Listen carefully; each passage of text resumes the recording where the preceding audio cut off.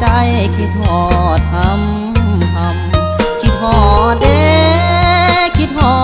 ดกำแผ่นดินข้ามบ้านแม่อยู่ไกลลูกนี่ได้ตั้งแต่เฝ้าสะแงคนิ่งหาจากปันใดได้จังสิได้เห็นหน้าสิได้กับเมื่อหาพ่อแม่เฮา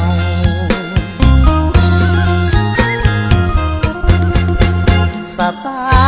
ชีวิตหันเหให้ตัวลูกนี้ได้จากภูมิลำเนามาอยู่บ้านเพื่อนเมืองเพื่อนจากสิไปเอิ้นใส่ไผจังสิคือเจ้าอยู่จังใดเด้นอสองเท่ายามเจ็บป่วยเจ้าไผ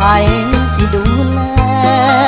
คิดฮอดหลายคิดฮอดพ่อคิดฮอดแม่ลูกได้ตั้งแต่หวังหาอะไร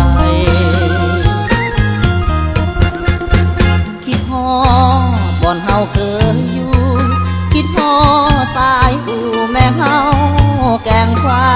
ยเขาดำแต่ละคำแม่นั้นน้ำมาหยิบเงินให้พอกลับมาแต่นาทั้งกบทั้งปลาหามาไว้แม่นบนไว้แต่ก็มีความสุขหลายพ่อแม่ลูกได้อยู่พร้อมหน้ากันคุณพ่อผู้เขากาคุณแม่มารดาสิหาใส่มาเปรียบปาน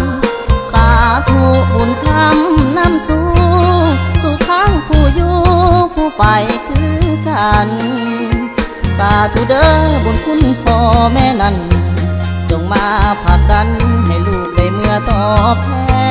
นทอดมือนั้นคือสิมีสุขแสนได้กลับเมื่อหาอ้อมแขนแม่และพ่อคิดฮอดกะดอกบ้านเฮา